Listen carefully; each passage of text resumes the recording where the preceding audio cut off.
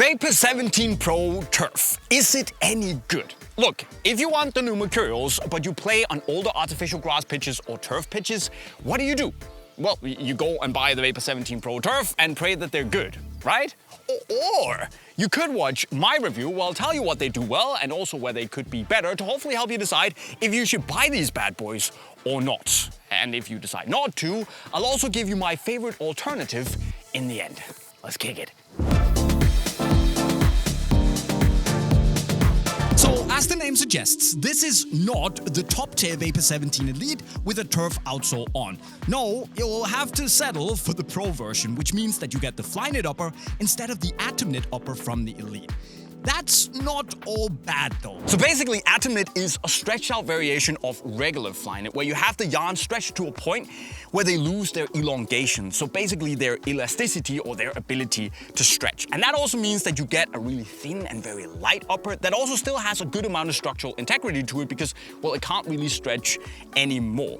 And that's really cool. It's a very nice upper. But the thing is that when you play on artificial grass or turf, the boots are gonna take a proper beating because of all the abrasion that you get from playing on a plastic pitch, basically. And with my experience from playing in both the FG version of the Vapor 17 Elite with the Atomknit upper and the Vapor 17 Pro with the Flyknit upper, it does seem as if while Atomknit is super nice, Flyknit is just a little bit more sturdy and feels a little bit more durable to me. So while I would normally complain that we can't get the Elite versions of the turf boots, in this instance, it's cool. But the upper package that you get is actually quite solid, if you're into that sort of fit, at least, because the fit in the Vapor 17 Pro TF it's snug. And it's close and relatively tight and really sock-like. And the thing is that while the Flyknit upper here it's relatively nice and somewhat pliable, I would say, it doesn't quite have the same like premium, really easygoing, very straightforward way to kind of like mold to the shape of your foot. But once you get it broken in, it does soften up quite well. And initially it does have a slightly, plasticky, slightly structured, rigid feel to it. And you can kind of get it to have that plasticky, poppy sound. But again, that's just the top film layer here that needs to soften up a bit. And once it does, it gets soft enough to feel relatively accommodating. In a restricted way, I would say, because the toe box here, it doesn't look like the most low pointy thing in the world, but because you have an insole that's on the thicker side, the volume overall in the Vapor 17 Pro Turf feels a little bit lower than it does in the FG boot. And that also means that I do have a little bit of space to kind of like wiggle the tip of my toes, but it's not a lot. And overall, it doesn't feel restricted, but you feel more focused inside of the boot. And for me, I have a slightly high bump right here on my foot, and it just feels overall a little bit tighter than the FG version of the Vapor 17 Pro does.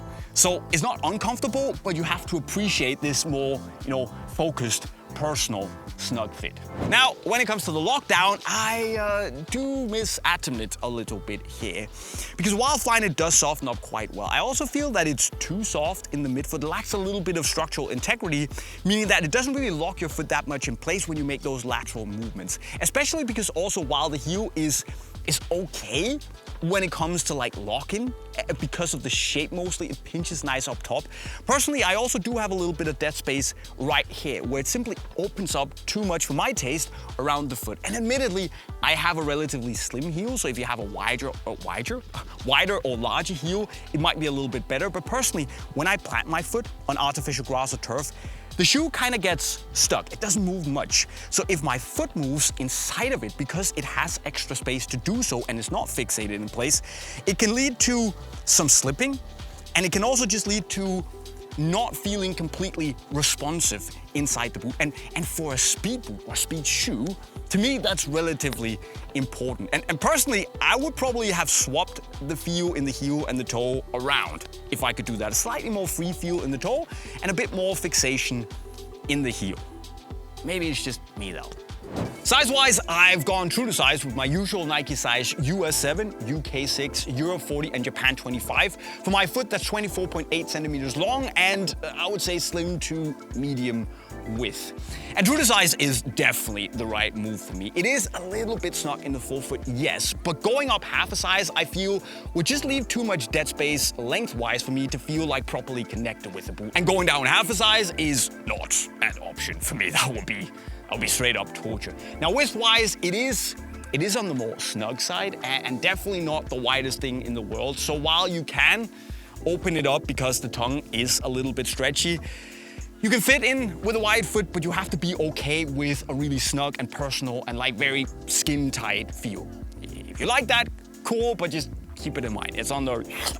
On the outsole, Nike have gone for a diamond-shaped traction pattern, which is optimized to give you enough grip to avoid slipping or sliding when you plant your foot, but still allow you those little micro movements or slips that can mean the difference between getting injured or not. Also, Nike have gone for their ReactX midsole here in the heel, which is quite snappy. You've got this really firm response, which on a speed shoe like this is really nice. It's definitely not as cushioned as you would get if you had, for instance, a Lunarlon foam. But again, it's soft and cushioned enough. And then again, it's made for speed, so you want to have that kind of responsive sensation as you push off. The outsole is nice too. The traction pattern here is actually really good. It's nicely balanced to the point where you feel that you have enough traction. There's very like a nice spread out bite, I would say, where you have all these little edges that are constantly in touch with the ground. So you have this really like, it's both local, but also like very uniform in the way that it bites in a really, really good way. It might not be the most responsive turf outsole that there is, but I really like that it gets you enough traction to feel really responsive and efficient on both lower artificial grass pitches, but also on turf pitches, and still it feels safe. And I feel that Nike have found a very, very nice balance on this outsole. I never had any problems with slipping, it felt responsive, and again, I felt safe wearing these on short artificial grass pitches and on turf. And to me, that's what matters. As for the touch, you get a very, very straightforward feel on the ball. Yeah, that Flyknit upper is really straight to the point, to be fair. It's very close to the ball, it's really thin, feels rather sharp, and because you have this slightly matte coating on top of the Flyknit, so the film we talked about earlier, you have a little bit of tactility, just a little bit of grip on the ball where it's not too sticky either.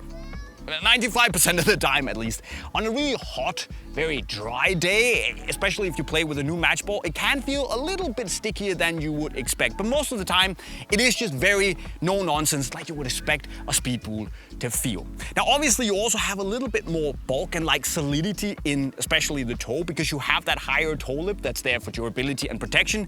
But honestly, it didn't take me that long to kind of get used to and adjust to, and still you have the very low, nimble feeling of a regular football boot. So for those of you that are used to wearing FG or AG boots, it's a very nice turf shoe to transition into because it feels like a regular football boot and not this like really chunky shoe that you also see. So, yeah, you get the point. However, there are actually a few things in the way of me completely and utterly loving these. So here are 4 annoying things that you also need to know about. And the first thing is that these gaps on the side of the heel, they frankly annoy me a little bit. I wanted to love the heel and it's decent in places, but having these dead spaces and meaning that my foot can move around inside the heel is just some missed potential. Look, when you play on an artificial surface, you want that feeling of secure locking, of that, you know, the boot just holding your foot in place. And even when I wear grip socks, that's just not really the case here. So giving us the heel from the Vapor 17 Elite where it's just tighter, I would have loved it, but they didn't, and as a result, I don't love it as much.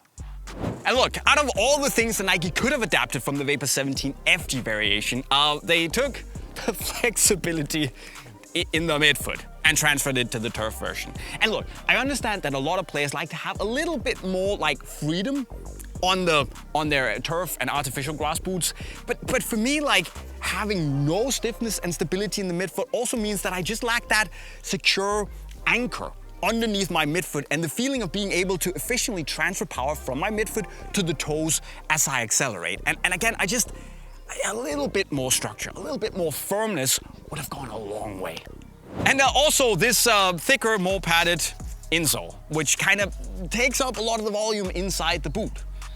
which means that next time I'm wearing these, I'm gonna swap them out for a thinner insole. And the fact that I have to do that annoys me because I'm lazy. And finally, midfoot lockdown, not the strongest, so for your own sake, wear grip socks. However, that doesn't take away from the fact that the Vapor 17 Pro Turf is a solid turf shoe, and actually a really solid option if you're used to wearing regular FG Mercurials and you want that familiar feel, that sleek feeling of a regular football boot, but of course with that added and optimized safety and grip turf outsole that you get on this variation. However, personally, I will say that I expect to spend more time in this, the Tiempo Ligero Pro Turf, which to me, it does many of the same things. However, it's softer, it's more comfortable, it has a stiffer midfoot in the outsole. It's a little bit heavier, 40 grams in my size, doesn't really matter. And then it's just way more durable as well. So it does many of the same things. Lockdown is a little bit better too. The heel, I think, is better because it has the suede liner. So to me, it's just a little bit more of a holistic experience than this. However, still, the Vapor 17 Pro Turf, I think it's better than anything you can get from Adidas or Puma, and a very speedy turf shoe as well. So definitely a lot to like, and at the end of the day, it comes down to personal preference. So if you want this, you can get it in the link to Unisport right over there, but don't go and buy it until you tell me what you actually think of the Vapor 17 Pro Turf. Let me know in the comment section right down below. Don't forget to subscribe to the channel with the notifications on, and with those words, I'll be signing off. Cheerio.